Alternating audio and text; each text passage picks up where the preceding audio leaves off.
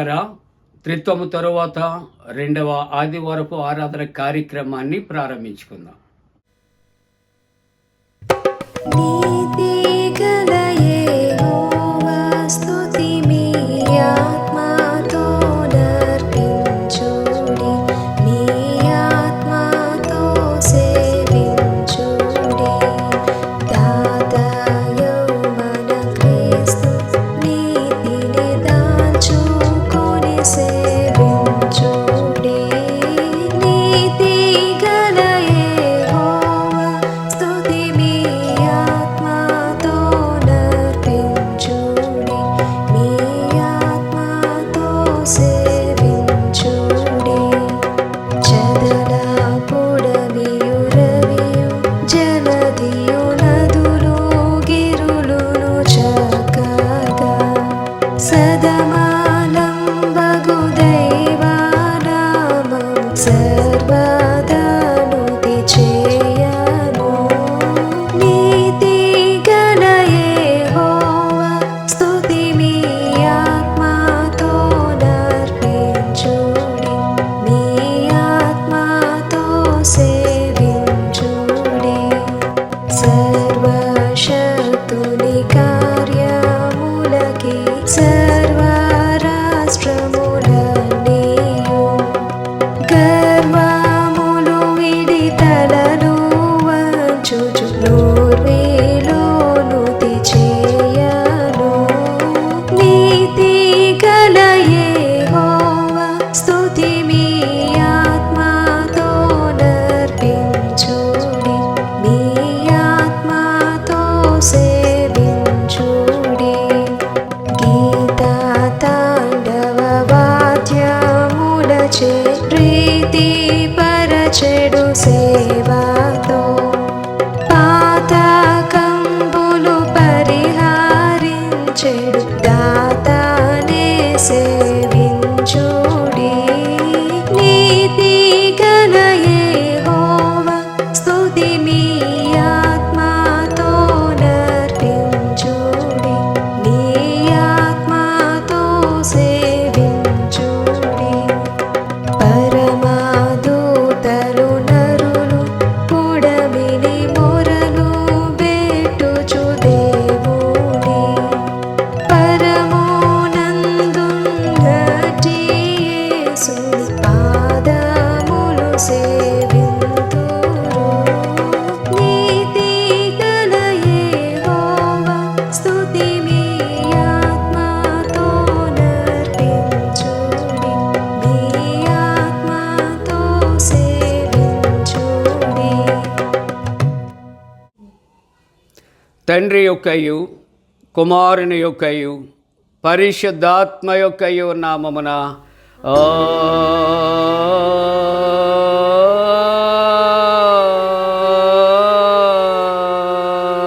ఆమేన్.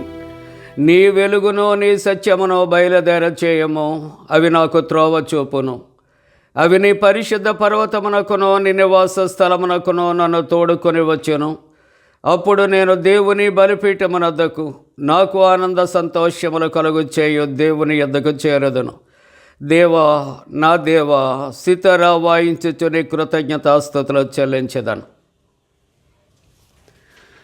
ప్రభువునందు ప్రియులారా, యథార్థ హృదయముతో మన తండ్రి అయిన దేవుని సమీపించి ఆయన ఎదుట మన పాపములను ఒప్పుకొని మన ప్రభు అయిన యేసుక్రీస్తు పేరిట క్షమాపణ దయచేయమని వేడుకుందాము.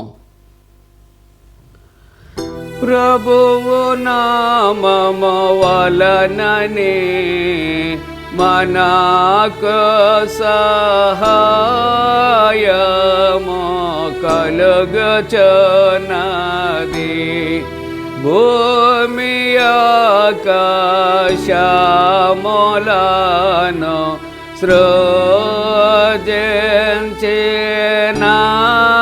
సృజించినవాడు ఆయనే. ప్రభువు సన్నిధిని నాయతి క్రమములు నేను ఒప్పుకొందు నన్ను కొంటిని. నీవు నా పాపదోషము పరిహరించేయనావు.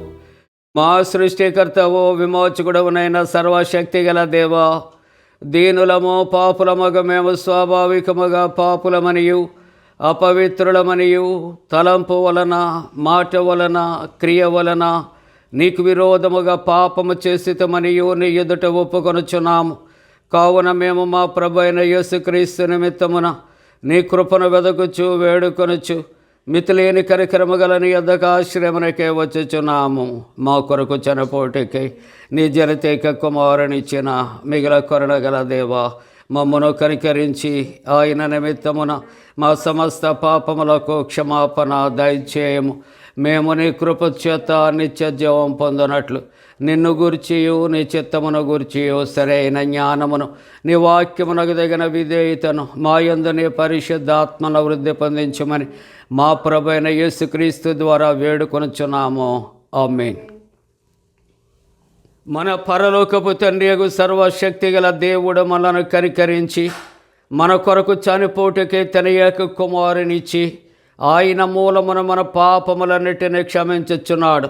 ఆయన నామమందు విశ్వాసముంచు వారికి దేవుని కుమారులగుటకు అధికారం ఇచ్చుచు వారికి తన పరిశుద్ధాత్మను అనుగ్రహించును. నమ్మి బాప్తిస్మం పొందినవాడు రక్షించబడును. ఓ ప్రభువా, ఈ రక్షణ మా అందరికీ దయచేయము.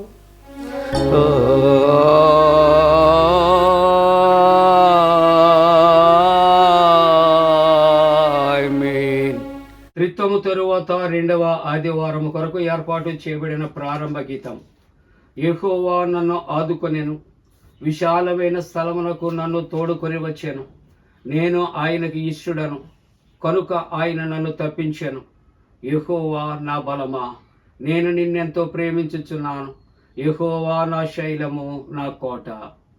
తండ్రికి కుమారునికి పరిశుద్ధాత్మకును ఆదియందు ఎప్పుడు ఎల్లప్పుడు యుగ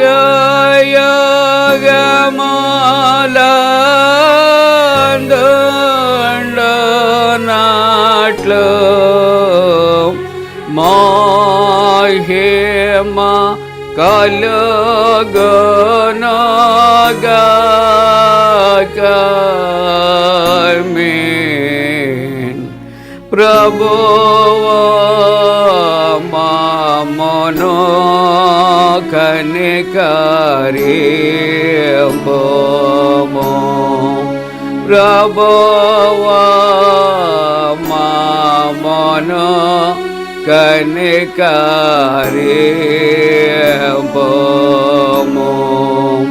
క్రీస్తు మమ్మును కనికరింపుము. క్రీస్తు మమ్మును కనికరింపుము. ప్రభువా మమ్మును కనికరింపుము.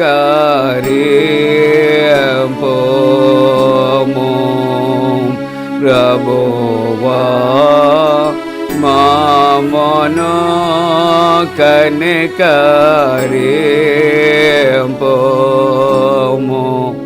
సర్వోన్నతమైన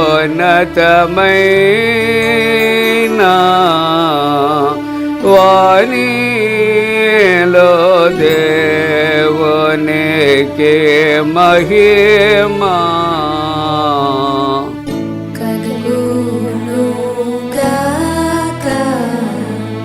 దేవునికి మహిమ, కలుగునుగాక కలుగునున్నతమైన ఘనస్థలమునందున ఇలాకు సమాధానం నరులకాయనాదాయ ప్రభువైన దేవా పరమరాజా సర్వ పరిపాలా పరిపూర్ణ శక్తి గల పరమజనకా నిన్ను మహిని స్తుతించుచు మరి పొగడుచున్నాము మహిమా పరచుచు ఆరాధించుచున్నాము నిన్ను మహిమాతిశయమును మదితలంచియు నీకు మహిమా స్తుతి కృతజ్ఞతానిచుచున్నాము ఏకకుమారా యేసు ప్రభువా యెహోవా తనయా లోక పాపము మోయు ఏక దేవుని గొర్రె పిల్లమమును కనికరించుము చల్లగా లోక పాపములు మోసుకపోవు యేసు రక్షక వాసిక జనకుని కుడి వైపున కూర్చుండు యేసు మా ప్రార్థన నిలిచి కనికరించు పరిశుద్ధుడావు ప్రభుడవు నీవు ప్రభువైన క్రీస్తు పరిశుద్ధాత్మతో తండ్రి అయిన దేవుని యందు పరిపూర్ణ మహిమతో ప్రభాలుచున్నావెప్పుడు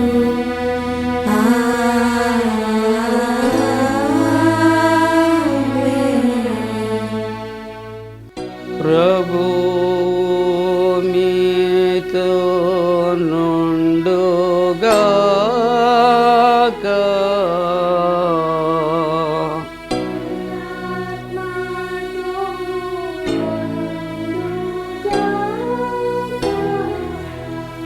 ప్రార్థింతము.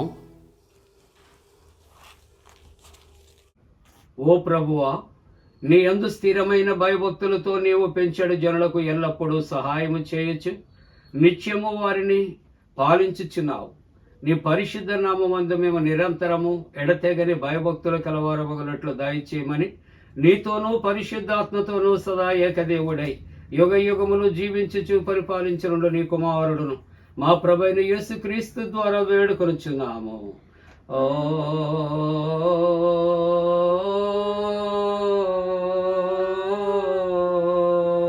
ఆమేన్. ప్రియులారా, త్రిత్వము తరువాత రెండవ ఆదివారము కొరకు ఏర్పాటు చేయబడిన పరిశుద్ధ లేఖన భాగాలు చదవగా విందాం.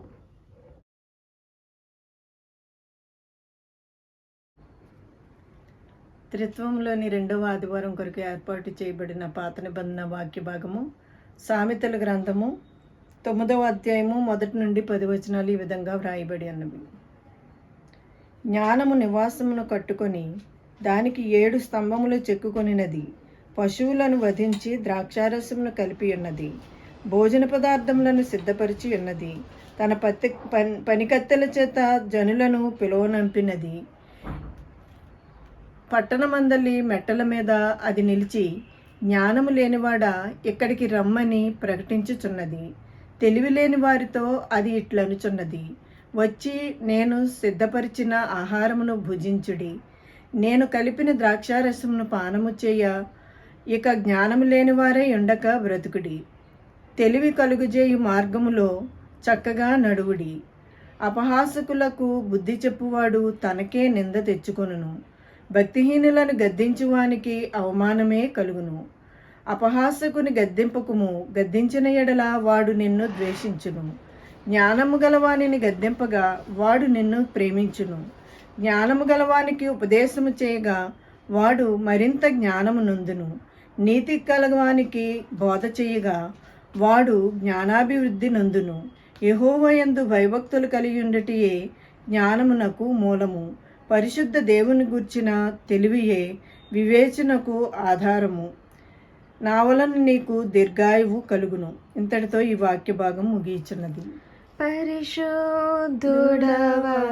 దేవా, పావన శక్తుడ దేవా, పావన వాచ్య దేవా, మమ్మును కనికరింపు.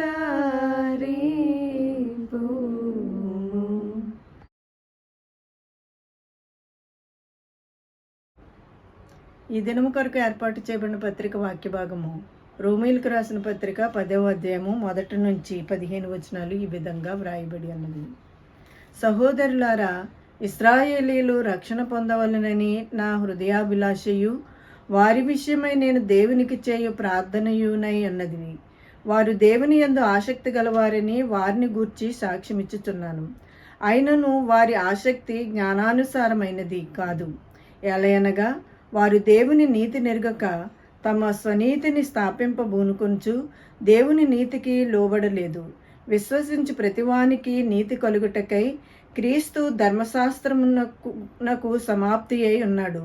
ధర్మశాస్త్ర మూలమగు నీతిని నెరవేర్చువాడు దాని వలననే జీవించునని మోషే వ్రాయుచున్నాడు.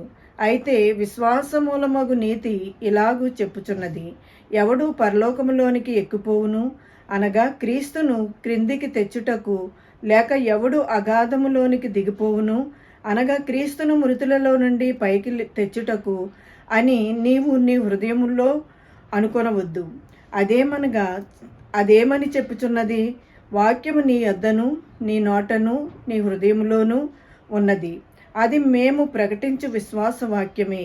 అదేమనగా యేసు ప్రభు అని నీ నోటితో ఒప్పుకొని దేవుడు మృతులలో నుండి ఆయనను లేపినని నీ హృదయమందు విశ్వసించిన ఎడల నీవు రక్షింపబడుదువు.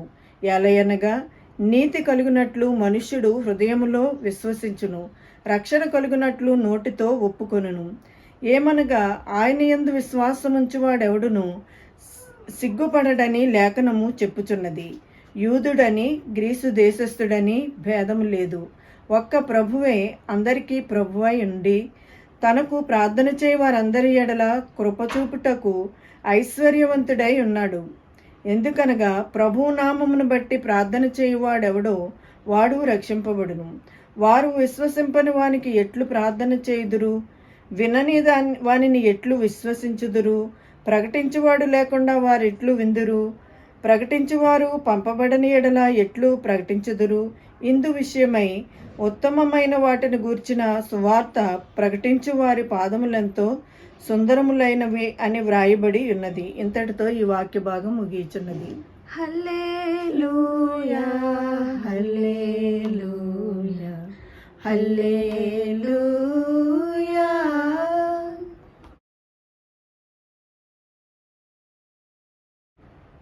ఈ దినము కొరకు ఏర్పాటు చేయబడిన సువార్త వాక్య భాగము పరిశుద్ధుడైన మత్తయి వ్రాసిన సువార్త 9వ అధ్యాయము 9వ వచనం నుండి 13వ వచనం వరకు ఈ విధంగా వ్రాయబడి ఉన్నది. ఓ ప్రభువా, నీకు మహిమ కలుగునుగాక.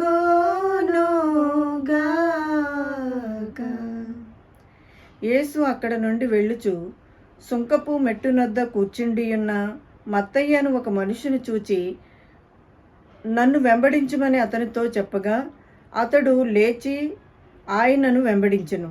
ఇంటిలో భోజనమునకు యేసు కూర్చుని ఉండగా ఇదిగో సుంకరులను పాపులను అనేకులు వచ్చి ఆయన యొద్దను ఆయన శిష్యుల యొద్దను కూర్చుండిరి. పరిసయ్యులు అది చూచి, మీ బోధకుడు సుంకరులతోనూ పాపులతోనూ కలిసి ఎందుకు భోజనము చేయుచున్నాడని ఆయన శిష్యులను అడిగిరి. ఆయన ఆ మాట విని, రోగులకే గాని ఆరోగ్యము గలవానికి వైద్యుడు అక్కరలేదు గదా, అయితే నేను పాపులను పిలవవచ్చి తిని గాని నీతిమంతులను పిలవరాలేదు, గనుక కనికరమునే కోరుచున్నాను గాని బలిని కోరను అను వాక్యభావం ఏమిటో మీరు వెళ్ళి నేర్చుకునడని చెప్పెను. ఇంతటితో ఈ వాక్య భాగం ముగిచున్నది. ఓ క్రీస్తు నీకు స్తోత్రము కలుగునుగాక.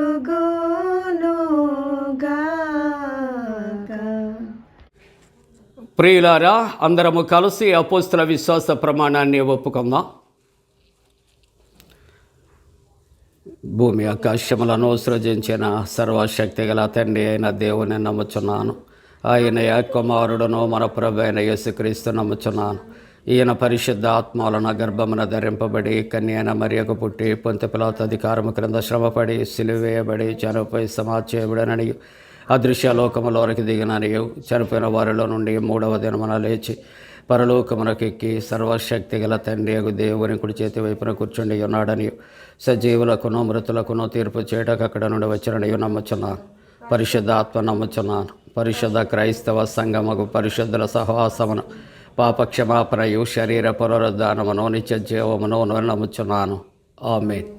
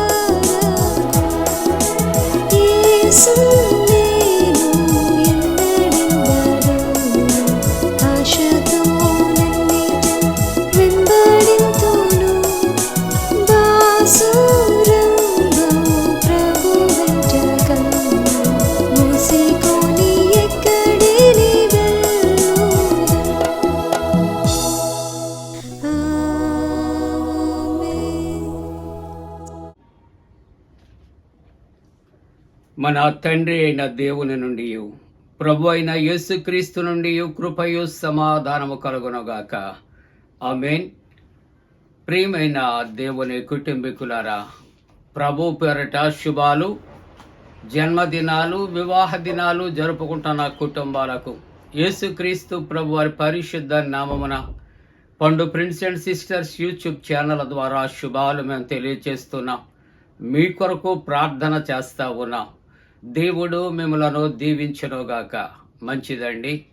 మీరంతా క్షేమంగా ఉన్నారు కదా, సంతోషంగా ఉన్నారా? దేవునికి వందనాలు చెల్లిందాం. మరి యొక్క త్రిత్వము తరువాత 2వ ఆదివారము కొరకు ఏర్పాటు చేయబడిన పరిశుద్ధ లేఖన భాగాలు మనం చదవగా విన్నాము కదా.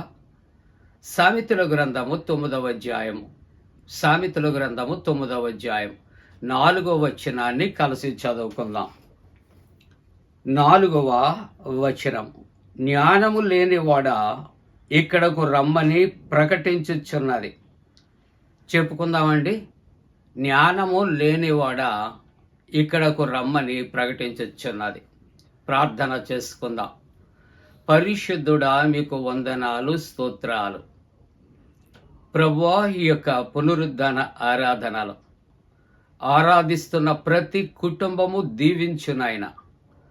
నీ సేవకుని మరుగుపరచి ఎవరైతే ఈ వాక్య ధ్యానాలలో ఉన్నారో వారందరితో మాట్లాడమని ప్రార్థిస్తున్నాం. యేసు ప్రభు పరిశుద్ధ నామమున వేడుకొనుచున్నాం తండ్రి, ఆమేన్. ప్రియులారా, ఈవేళ చదవబడినటువంటి పరిశుద్ధ వాక్యములో అంశము ఇక్కడ మరి call to wisdom, call to wisdom అనగా ఇక్కడ దైవ జ్ఞానమునకు పిలుపు ఇవ్వబడుతూ ఉన్నది. ఈ లోకములో ఒక సామెత ఉందండి. ఆ సామెత ఏమిటంటే, మన చేతిలో డబ్బు ఉంటే కొండ మీద కోతి కూడా దిగి వస్తుందట. ఇది ఎప్పటి నుండో పెద్దలు చెప్పే మాట, నేను చెప్పే మాట కాదు. అంటే దాని భావం ఏమిటంటే, చేతిలో డబ్బు ఉండాలి కానీ దొరకనటువంటి వస్తువు ఏది ఉండదు. మరి దొరకనిదల్లా ఏమిటి? ఈ సందర్భంలో ఆలోచన చేస్తే జ్ఞానము అనేది ఎటువంటి మార్కెట్లో కూడా అది దొరికేది కాదు, అది వస్తువు కాదు. ఎంత వెచ్చించినా కొనుగోలు చేయటానికి దొరికేది కాదు అనే మాటను నేను ఈ ఉదయకాలం మీకు నేను తెలియజేస్తా ఉన్నాను. అందుకని దేవుని యొక్క వాక్యము ఈ ఉదయకాలము ఏమని అది ఆహ్వానాన్ని అందచేస్తా ఉన్నది అని ఆలోచన చేస్తే, జ్ఞానము నివాసము కట్టుకొని దానికి 7 స్తంభములు చెక్కుకొనినది. 4వ వచనములో జ్ఞానము లేనివాడా ఇక్కడకు రమ్మని ప్రకటించుచు ఉన్నది. ఎక్కడికి రావాలి? ఎక్కడ దొరుకుతుంది? దొరుకు స్థలము ఏది? దేవుని వాక్యం అంటుంది, the fear of the lord is beginning of the wisdom. యెహోవా యందలి భయభక్తులు కలిగి ఉండుట జ్ఞానమునకు మూలము అని ఈ ఉదయకాలము పరిశుద్ధ వాక్యము సామెతల గ్రంథములో 9వ అధ్యాయములో 10వ వచనములో మనకు సెలవిస్తూ ఉన్నది. యెహోవా యందు భయభక్తులు కలిగి ఉండుటే జ్ఞానమునకు మూలము. జ్ఞానము కావాలి అంటే అది ఎక్కడికి వెళ్ళినా దొరికేది కాదు, ఎంత వెచ్చించినా దొరికేది కాదు.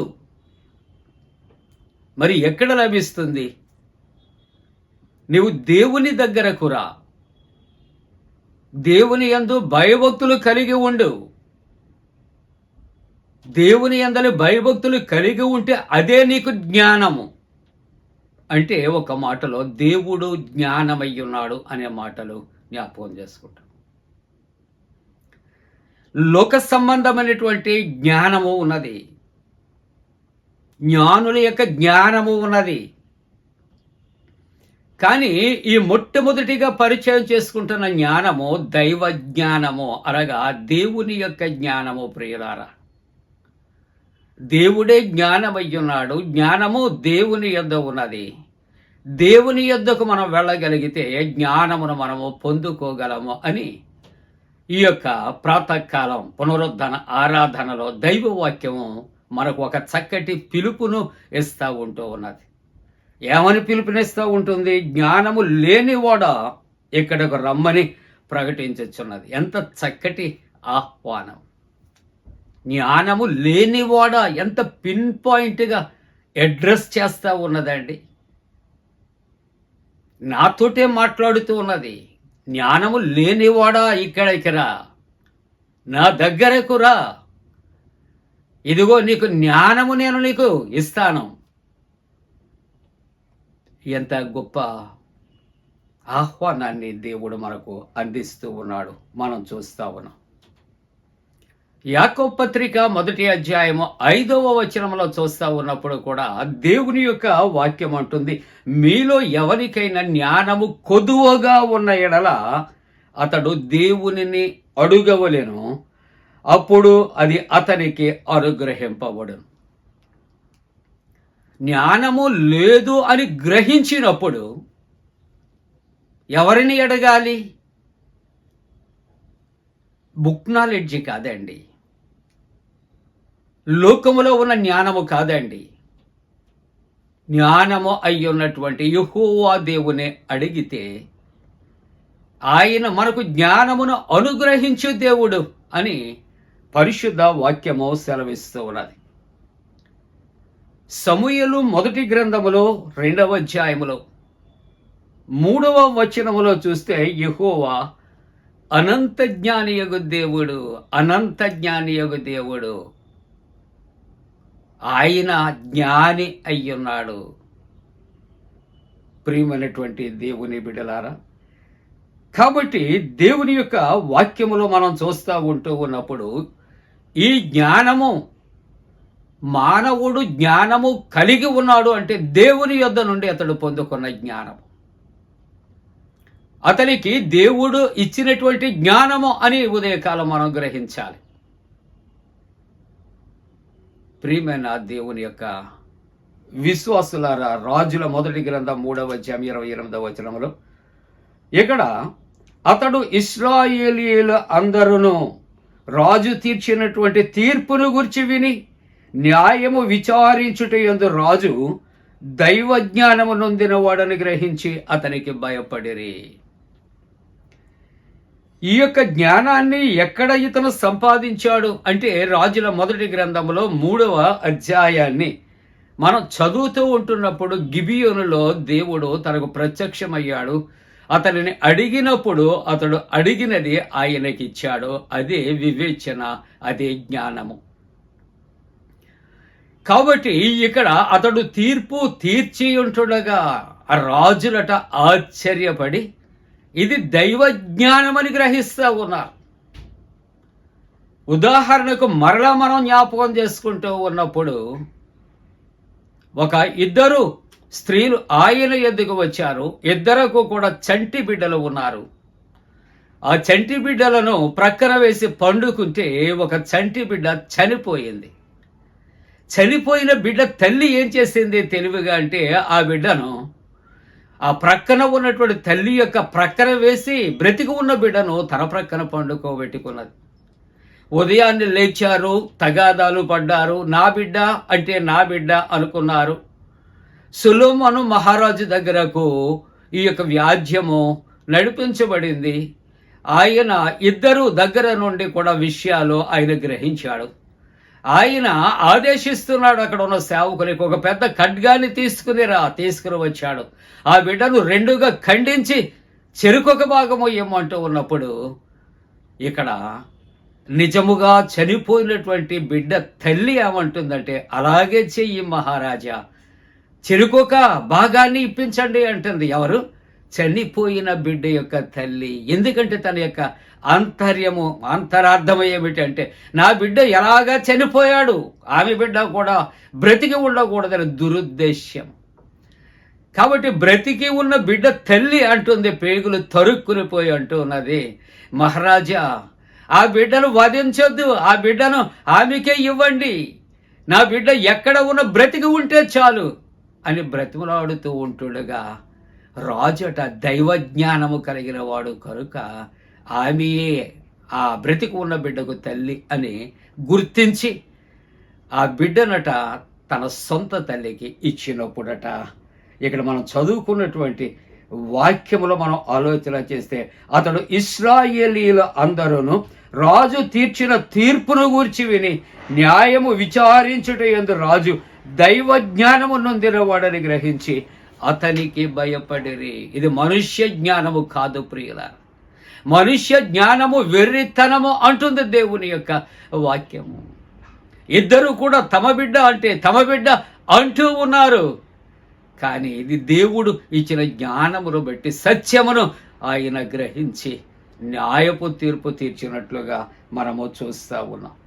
అందుకే రాజుల మొదటి గ్రంథంలో మొదటి అధ్యాయంలో 29వ వచనములో 4వ అధ్యాయం 29వ వచనంలో చూస్తే దేవుడు జ్ఞానమును బుద్ధిని వర్ణింప సఖ్యము కాని వివేచన గల మనసు సొలొమోనుకు దయచేసెను. రాజుల మొదటి గ్రంథం 4:29లో దైవవాక్యం అంటుంది దేవుడట జ్ఞానమును బుద్ధిని వర్ణింప సఖ్యము కాని వివేచన కలిగిన మనస్సు సొలొమోనుకు ఎవరిచ్చారండి?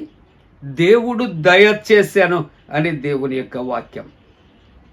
రాజుల మొదటి గ్రంథంలో 4వ అధ్యాయంలో 30వ వచనములో చూస్తే కనుక సొలొమోనుకు కలిగిన జ్ఞానమును తూర్పు దేశస్థుల జ్ఞానము కంటే ఐగుప్తీయుల జ్ఞానము కంటేను అధికమయ్యుండెను. ఎందుకు అని ఆలోచన చేస్తే అది యెహోవా దేవుడు అనుగ్రహించిన దైవ జ్ఞానము అయ్యున్నది. షేబా దేశపు రాణి అనగా బల్కిష్ దేవతను ఆరాధిస్తున్న రాణి బల్కిష్ రాణి అని పిలువబడుతుంది. ఆమె కొన్ని వేల కిలోమీటర్లు ప్రయాణించి ఆమె వస్తు విలువైన కానుకలు తీసుకుని వచ్చింది. అవన్నీ సమర్పించిన తరువాత మహారాజు సొలొమోను దగ్గర కూర్చొని అంటుంది, అయ్యా నేను 2 పుష్పాలు తీసుకువచ్చాను, ఒకటి న్యాచురల్, రెండవది ఆర్టిఫిషియల్. ఒకటి అది ప్రకృతి సంబంధమైనటువంటి పుష్పము, రెండవది తయారు చేసినది. ఈ రెండింటిని నీవు తాకకూడదు, ముట్టకూడదు. ఏది ప్రకృతి సిద్ధంగా ఈ యొక్క మొక్కకు కాచినటువంటి పుష్పమును చెప్పాలి. తరువాత వారి యొక్క మాటలు కొనసాగగా ఆయన చివరకు ఆయన ఈ 2 పుష్పాలు కొరకు చెబుతున్నటువంటి మాట ఏమిటి అని ఆలోచన చేస్తూ ఉంటూ ఉన్నప్పుడు ఒక పుష్పాన్ని చేతితో పైకెత్తి ఇది ఆ మొక్కకు కాసినటువంటి ఈ పుష్పము నేచురల్ ఫ్లవర్, ఇది మరి ప్రకృతి సిద్ధమైనది కాదు అని రెండవ దాని కొరకు చెప్పాడు. ఎలాగూ చెప్పావు మహారాజా అని అడుగుతున్నప్పుడు నేను మాట్లాడుతూ గమనించగా ఈ పుష్పము మీద 9 వాలుతూ ఉన్నాయి, వాటిలో మకరందాన్ని స్వీకరిస్తూ ఉన్నాయి. అప్పుడు తన యొక్క జ్ఞానమును మరి తాను విని చూచి నివ్వెరపోయి, నేను వినిన దానికంటే మా దేశములో నేను కనినది ఎక్కువ, నేను చూచినది ఎక్కువ నీ జ్ఞానము అని ఆమె ఎంతో మెచ్చుకున్నది అనే మాటలు జ్ఞాపకం చేసుకుంటూ ఉన్నాం. అందుకే కొలస్సీ పత్రిక 2వ అధ్యాయం 3వ వచనములో దైవవాక్యం ఉంటుంది, బుద్ధి జ్ఞాన సర్వ సంపదలు ఆయన యందు గుప్తమై ఉన్నాయి. ఎవరి యందు? దేవుని యందు. ఈవేళ వాక్యములో జ్ఞానమునకు ఆయనే కర్త, కారకుడు, మూలము. యెహోవా యందు భయభక్తులు కలిగి ఉండుట జ్ఞానమునకు మూలము. కాబట్టి బుద్ధి జ్ఞాన సర్వ సంపదలు ఎవరి యందు ఉన్నాయి? యెహోవా యందు గుప్తమై ఉన్నాయి అనే మాటలు జ్ఞాపకం చేసుకుంటూ సామెతల గ్రంథములోనే 2వ అధ్యాయములో 6వ వచనములో యెహోవాయే జ్ఞానం ఇచ్చేవాడు, యెహోవాయే జ్ఞానము ఇచ్చేవాడు. సామెతల గ్రంథం 8వ అధ్యాయం 11వ వచనములో చూస్తే జ్ఞానము ముత్యముల కన్నా శ్రేష్టమైనది. జ్ఞానము ఏ జ్ఞానము? దైవ జ్ఞానము, దేవుని యొక్క జ్ఞానము. కానీ ఆ జ్ఞానము లేక లోకములో మనుష్యులు అజ్ఞానుల వలె వారు జీవిస్తూ వారు ఉంటూ ఉన్నట్లుగా చూస్తా ఉంటూ ఉన్నాం ప్రియులారా. ఉదాహరణకు లోకములో ఉన్నటువంటి 1-2 జ్ఞానముల కొరకు ఆలోచన చేస్తే, ఒకటేట జ్ఞానుల జ్ఞానము అంటాడు 1 కొరింథీ 1:19. లోకములో జ్ఞానులైన వారు ఉన్నారండి. కానీ దేవుని వాక్యం అంటే జ్ఞానుల యొక్క జ్ఞానమును ఆయన నాశనము చేతును అంటున్నాడు. అంటే జ్ఞానుల యొక్క జ్ఞానము ఎందుకు పనికిరానిటువంటిది. ఉదాహరణకు ఖగోళ శాస్త్రజ్ఞులు, తూర్పు దేశపు జ్ఞానులు యేసు ప్రభు యొక్క జననమును కొరకు తెలుసుకుంటానికి వచ్చి వాళ్ళు హేరోదు యొక్క రాజ్యభవనానికి వెళ్ళి యూదులకు రాజుగా పుట్టినవాడు ఎక్కడ అని అడుగుతున్నారు. వారి యొక్క జ్ఞానము, జ్ఞానుల యొక్క జ్ఞానము ఏమైపోయినది అని మనము ఈ ఉదయకాలము ఆలోచన చేస్తాను. రెండవ జ్ఞానము మనం ఆలోచన చేస్తే లోక జ్ఞానం అట. 1 కొరింథీ 1:20 చూస్తున్నప్పుడు ఈ లోక జ్ఞానమును దేవుడు వెర్రితనముగా చేసి ఉన్నాడు. ఈ లోక సంబంధమైన జ్ఞానమును దేవుడు వెర్రితనముగా చేసి ఉన్నాడు అనే మాటలు జ్ఞాపకం చేస్తూ ఉన్నాయి ప్రియులారా.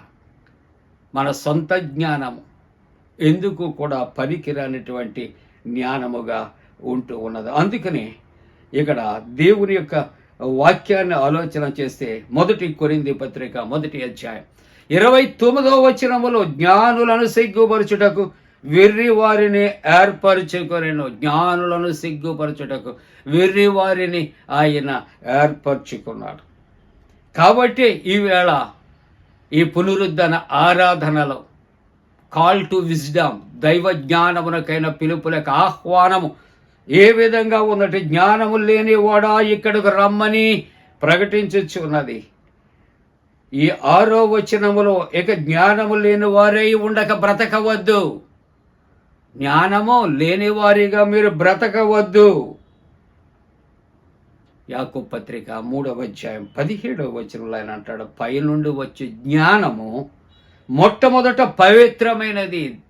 దేవుని యొద్ద నుండి వచ్చే జ్ఞానము ఎటువంటిదంటే పవిత్రమైనటువంటిది, తరువాత సమాధానకరమైనది, మృదువైనది, అలాగనే సులభముగా లోబడినది, అలాగనే కనికరముతోనూ మంచి ఫలములతోనూ నిండుకుంటూ ఉన్నది. కాబట్టి ఈ లోకములో ఉన్నటువంటి మానవుల యొక్క మరి జీవితాల్లో జ్ఞానమును కనుగొనలేకపోతూ ఉన్నారు కనుక, జ్ఞానము లేనివారుగా వారు ఉంటూ ఉన్నారు కనుక ఇక్కడ మరి దేవుడు అటువంటి వారికి ఆహ్వానాన్ని ఆయన ఇస్తూ ఉన్నాడు. జ్ఞానము లేనివాడా ఇక్కడకు రమ్మని ఆయన ప్రకటిస్తూ, ఏ విధంగా జ్ఞానం నీకు కలుగుతుంది, ఎక్కడికి రావాలి, ఎక్కడ నీకు జ్ఞానము కలుగుతుంది అని ఆయన 10వ వచనం అంటాడు, యెహోవా యందు భయభక్తులు కలిగి ఉండుట అనగా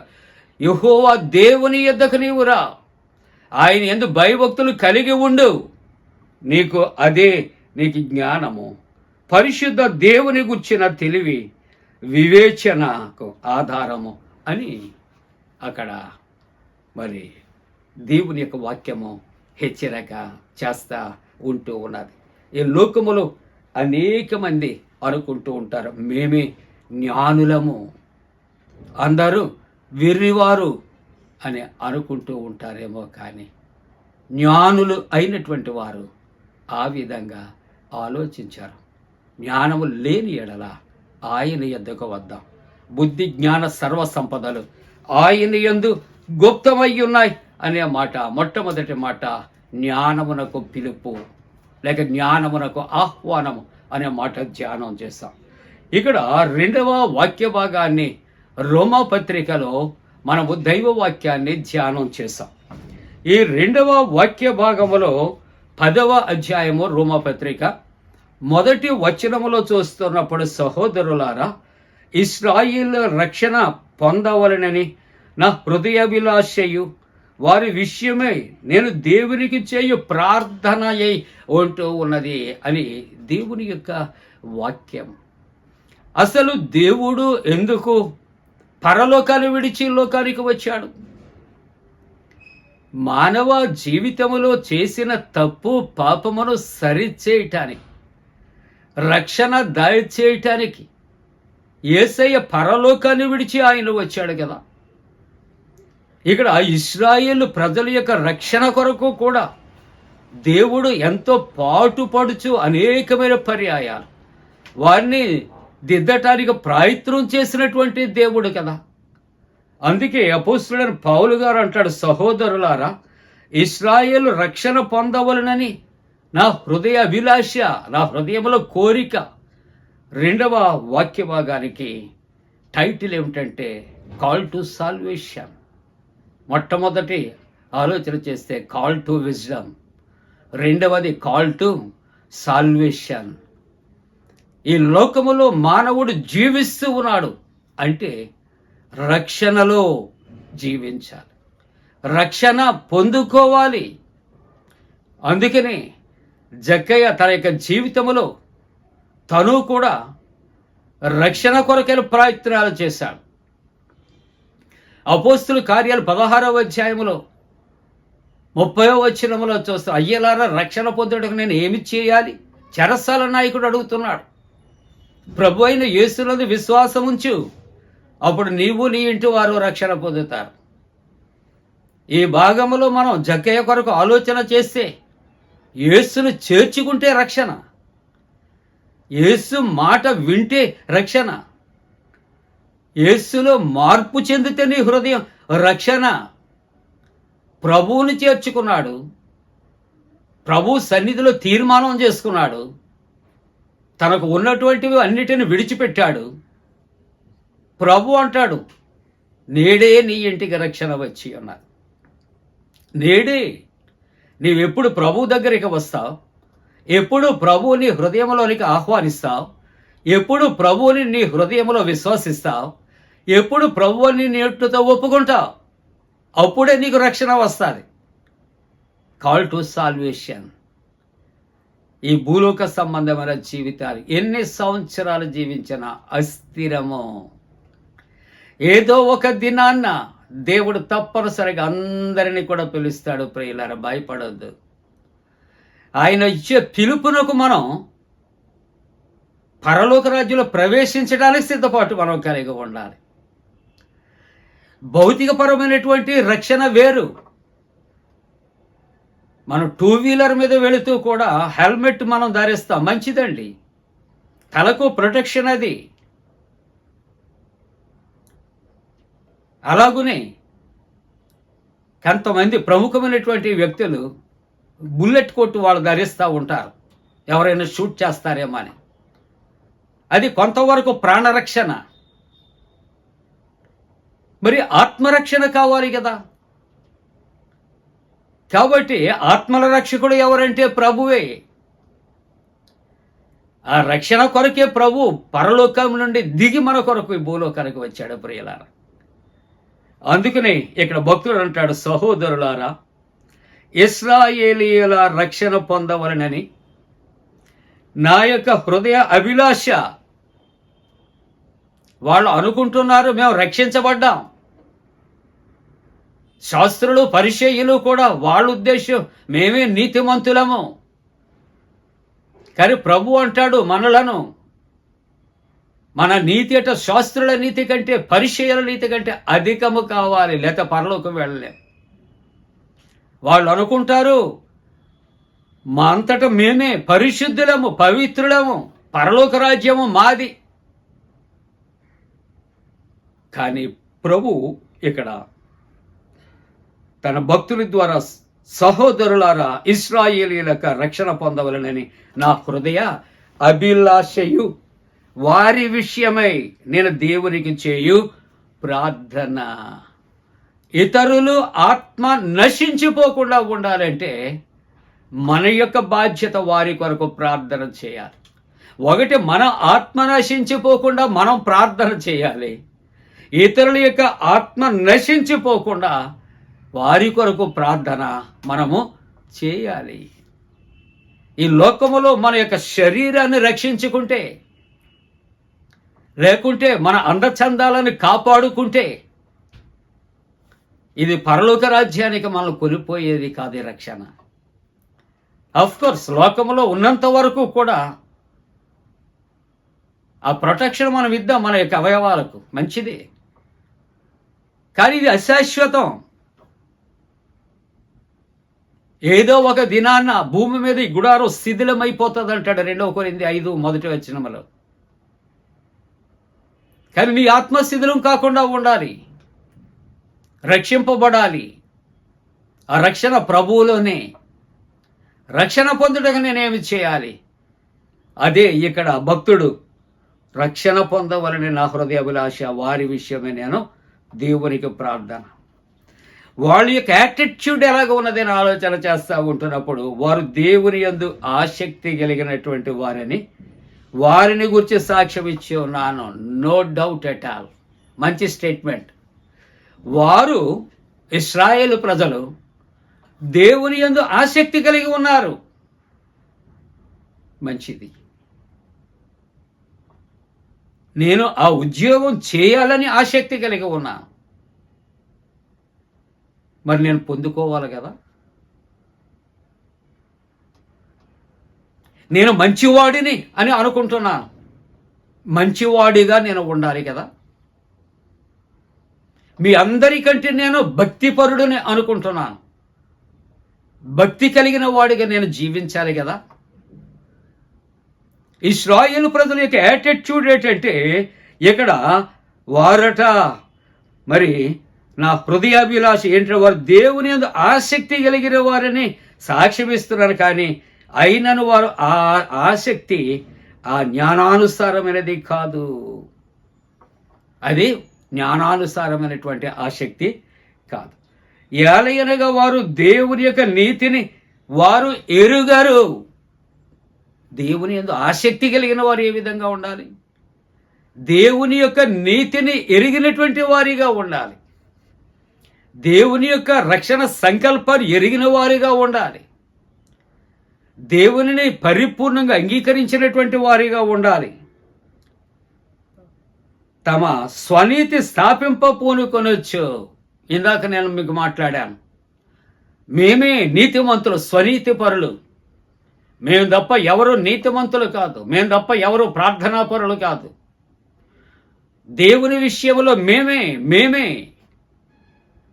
శాస్త్రులు పరిచయాలు కూడా మేము ప్రతి దాంట్లో పుదీనా అలాగే సోపులో కూడా మేము జీలకర్రలో కూడా 10వ భాగాన్ని 10వ భాగాన్ని ఇచ్చేస్తాం.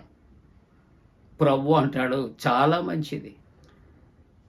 ఆ యొక్క సోపు పుదీనా జీలకర్ర ఎంత ఉంటుందో మనకు తెలుసు, దాంట్లో ఇస్తారట 10వ భాగం.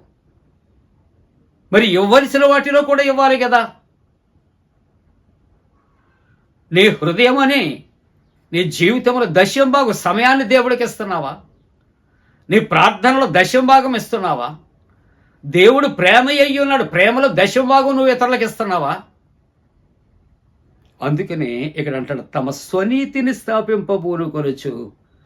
వాళ్ళు ఏం చేశారంటే దేవుని నీతికి లోబడలేదు, దానివల్ల ప్రయోజనము.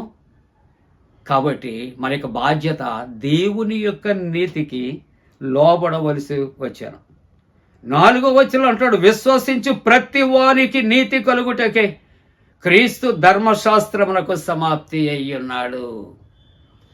క్రీస్తు ప్రభు ధర్మశాస్త్రానికి స్వస్తి చెబుతానికే, ఆయనే సంపూర్తి చేయటానికే, మనం అనుభవించవలసినదంతా ఆయన అనుభవించటానికే, దానికి ప్రతిరూపంగా ఆయన వచ్చాడు ప్రియులారు. అందుకే 5వ వచనం అంటాడు ధర్మశాస్త్రముకు నీతి నెరవేర్చువాడు దాని వలననే వాడు జీవించును అని మోషే చెప్పుచున్నాడు కదా.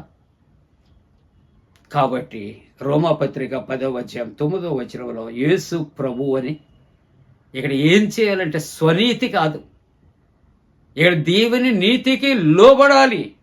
యేసు ప్రభు అని నోటితో ఒప్పుకొని దేవుడు మృతులలో నుండి ఆయనను లేపినని హృదయమందు విశ్వసించిన ఎడల నీవు రక్షించబడతావు. ఈవేళ ఇక్కడ అపోస్తుల రామపత్రికలో కూడా సహోదరులారా ఇశ్రాయేలు రక్షణ పొందవలని నా హృదయాభిలాష.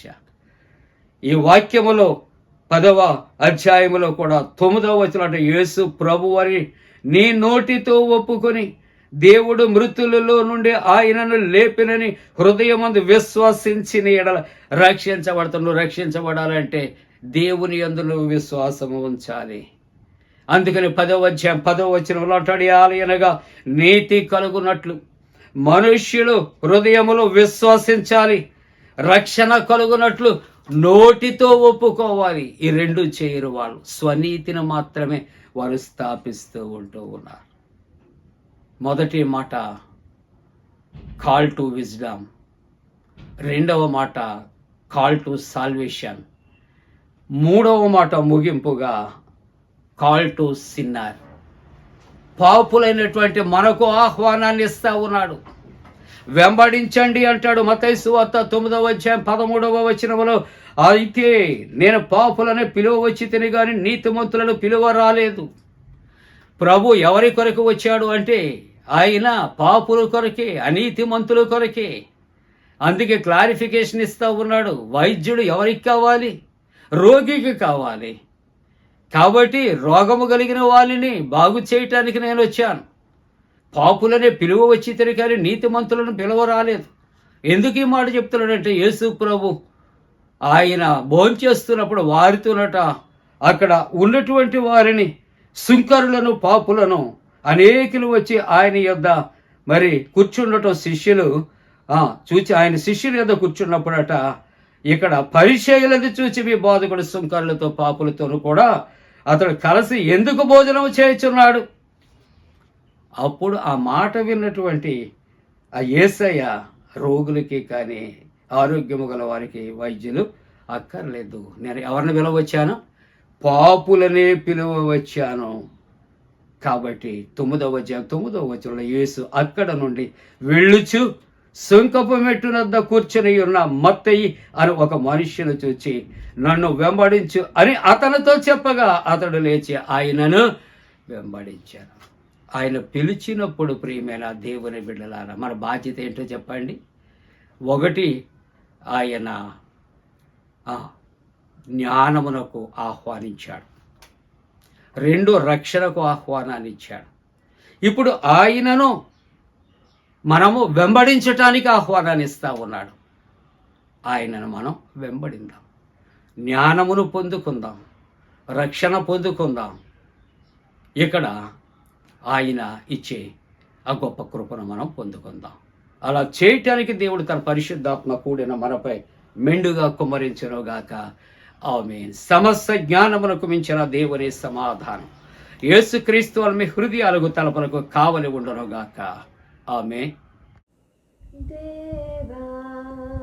నాయందు శుద్ధ హృదయము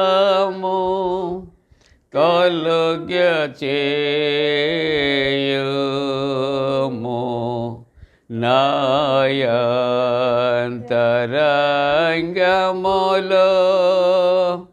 స్థిరమైన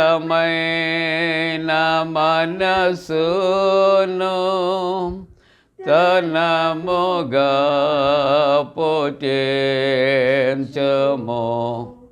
నీ సన్నిధానములో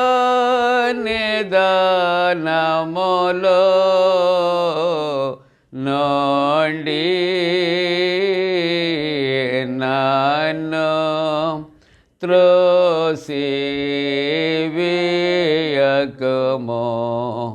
నీ పరిశుద్ధాత్మను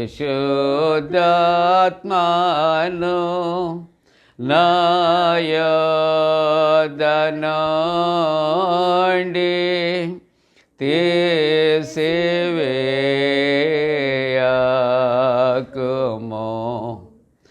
నిరక్షణానంద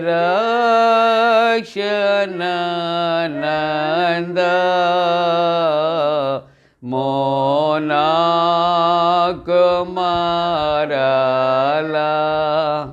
పుట్టించుము, సమాతి గల మనసు కలుగచేసి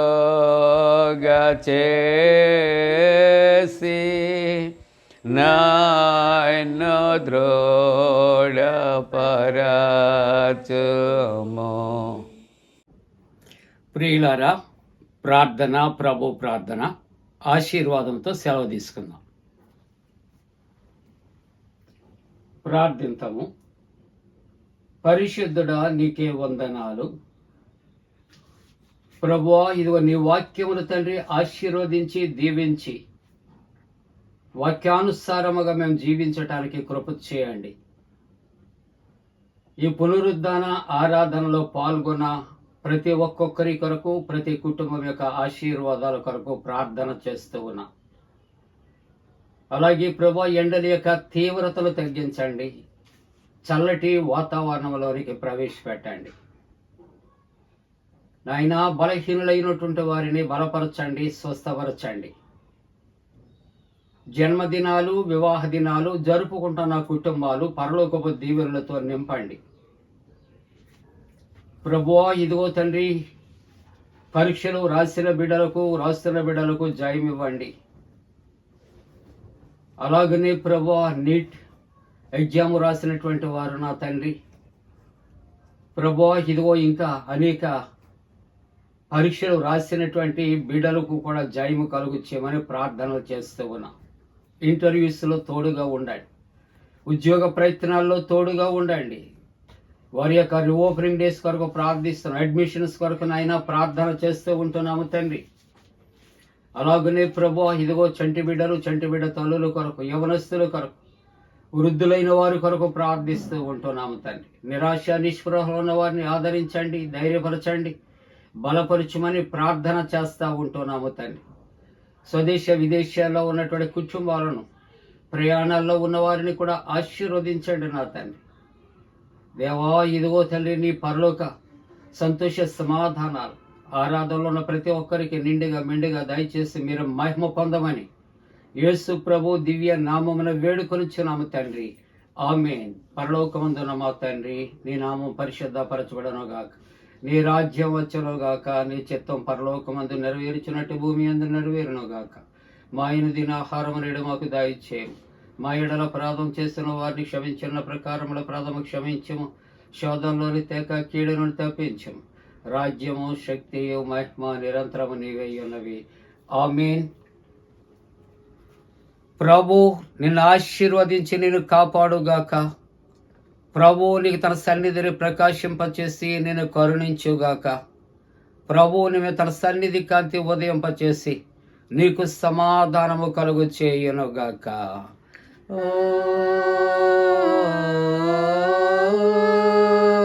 ఆమేన్.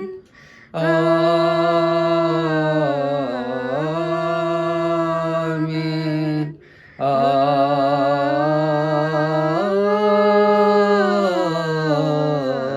ఆమేన్. మేళనీయేచు దేవుని స్తుతించు సర్వ సృష్టియు, ముతించు మోక్ష సైన్యము, పితృపుత్ర శుద్ధాత్మాలను